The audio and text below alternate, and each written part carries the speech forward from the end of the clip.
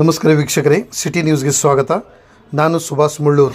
ಇಂದಿನಿಂದ ಧಾರವಾಡದ ಕೃಷಿ ವಿಶ್ವವಿದ್ಯಾಲಯದಲ್ಲಿ ಆರಂಭವಾಗಲಿರುವ ಕೃಷಿ ಮೇಳದಲ್ಲಿ ಮೊದಲನೇ ದಿನವೇ ಅವಘಡವೊಂದು ನಡೆದಿದ್ದು ಖಾಸಗಿ ಕಂಪನಿ ನೌಕರನ ಪ್ರಾಣ ಹೋಗಿದೆ.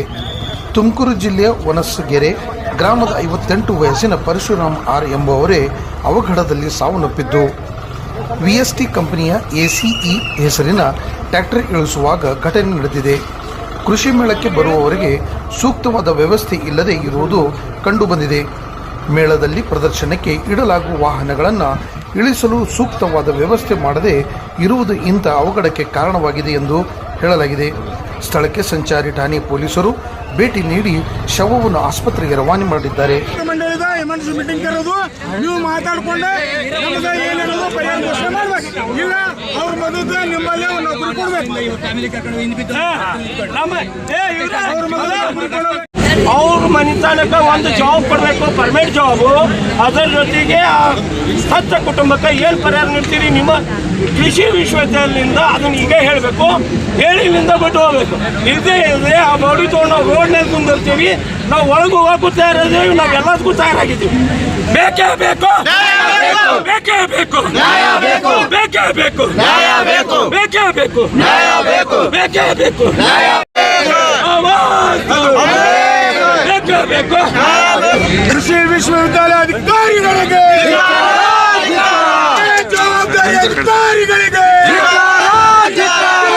ಜವಾಬ್ದಾರಿ ಅಧಿಕಾರಿಗಳಿಗೆ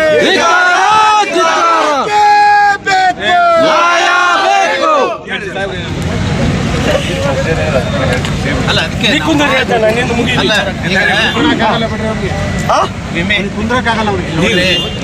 ವಿಮೆಗೆ ಆಲ್ರೆಡಿ ವಿಮೆ ಕಂಪ್ನಿಗೆ ಮಾತಾಡಿದ್ದೇವೆ, ಅವ್ರು ಮ್ಯಾಕ್ಸಿಮಮ್ ಬೆನಿಫಿಟ್ ಕೊಡ್ತೇವೆ ಅಂತ ಹೇಳಿದ್ದಾರೆ. ಆಮೇಲೆ ನಮ್ಮ ಆಡಳಿತ ಮಂಡಳಿ ಸದಸ್ಯರು ಇಬ್ಬರು ಇಲ್ಲಿ ಅದಾರ ಏನ್ರಿ, ಅವರೆಲ್ಲ ನಿಮ್ಮ ಅಳಲನ್ನ ನಾವು ಕೇಳ್ಕೊಂಡಿದ್ದೇವೆ. ಅಲ್ಲಿ ಏನು ನಿರ್ಧಾರ ಮಾಡ್ತೇವಲ್ಲ ಶೀಘ್ರವಾಗಿ ನಿರ್ಧಾರ ಮಾಡಿ ಇವ್ರಿಗೆ ತಿಳಿಸ್ತೇವೆ ನಾವು. ಸರಿ ಇಲ್ಲ ಅವ್ರು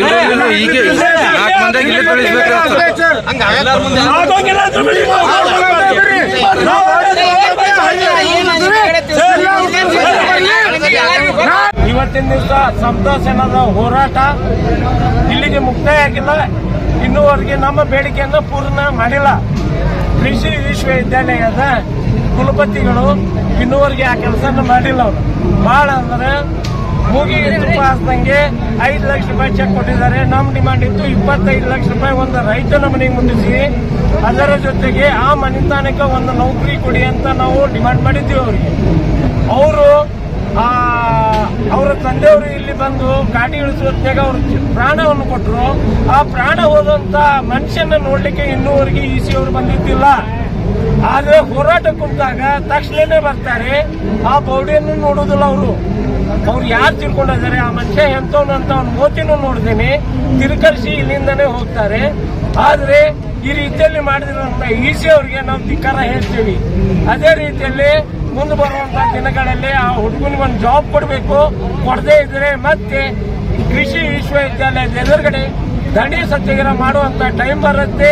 ಅದನ್ನ ಬರಬಾರ್ದು ಅಂದ್ರೆ ಆ ಹುಡುಗನಿಗೆ ನೀವೇನದಿರಲ್ಲ ಆ ಹುಡುಗನಿಗೆ ಜಾಬ್ ಕೊಡಬೇಕು. ಕೊಟ್ಟ ನಂತರ ಇದೇನು ಮೂಗಿಗೆ ತುಪ್ಪ ಹಚ್ಚುಂಗ 5 ಲಕ್ಷ ರೂಪಾಯಿ ಚೆಕ್ ಅನ್ನು ಕೊಟ್ಟು ಕಳಿಸಿದಿರಿ, ಇದನ್ನ ದುಃಖವನ್ನು ತೊಳಿಲಿಕ್ಕೆ ಆಗಲ್ಲ. ಇದು 5 ಲಕ್ಷ ರೂಪಾಯಿ ಬೇಕಾದ್ರೆ EC ಅವರೇ ನಿಮಗೆ ನಾವು ರಿಟರ್ನ್ ಕೊಡ್ತೀವಿ. ಕುಲಪತಿ ಅವರೇ ಇದನ್ನ ನೀವು ತಲೆಯಲ್ಲಿ ಇಟ್ಕೊಳ್ಳಿ. 5 ಲಕ್ಷ ಕೊಟ್ಟು ಒಂದು ಜೀವವನ್ನು ಹೋದಂತ ಮನುಷ್ಯನ ನೀವು ಹೊರಗೆ ಹಾಕ್ತೀನಿ ಅಂದ್ರೆ ಇದು ತಪ್ಪು. ಕೃಷಿ ವಿಶ್ವವಿದ್ಯಾಲಯದಲ್ಲಿ ಮಾಡಿರುವಂತ ಇದು ಅನ್ಯಾಯ.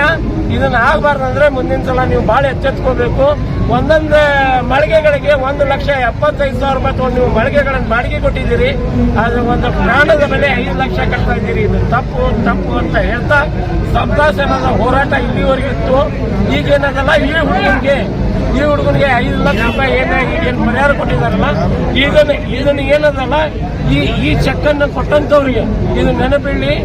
ಖಾಕಿ ಡಿಪಾರ್ಟ್ಮೆಂಟ್ ನಲ್ಲಿ ಇರುವಂತಹ ಪೊಲೀಸ್ ಡಿಪಾರ್ಟ್ಮೆಂಟ್ ಅವರು ಎಲ್ಲರಿಗೂ ಒಳ್ಳೇದಾಗ್ಲಿ ಅಂತ ಅವರು ನಮ್ಮೆಲ್ಲರಿಗೂ ಸಂಭಾಳಿಸಿ ಕರೆಕ್ಟ್ ಒಂದು ವ್ಯವಸ್ಥೆ ಮಾಡಿಕೊಟ್ಟಿದ್ದಾರೆ. ಇದನ್ನು ಕೊಡಿಸ್ಲಿಕ್ಕೆ ಅವರೇ ದಯಾನಂದ್ ಸಾಹೇಬರು ಇದನ್ನ ಬೆನ್ನತ್ತಿ, ಸಮರ್ಬನ್ ದಯಾನಂದ್ ಸಾಹೇಬರು ಇದನ್ನ ಬೆನ್ನತ್ತಿ ಈ ಹುಡುಗನ ಪರಿಹಾರ ಕೊಡಿಸ್ಲಿಕ್ಕೆ ನಮ್ಮ ಜೊತೆ ಸೇರ್ಕೊಂಡು ಒಂದು ಹೆಲ್ಪ್ ಮಾಡಿದ್ದಾರೆ.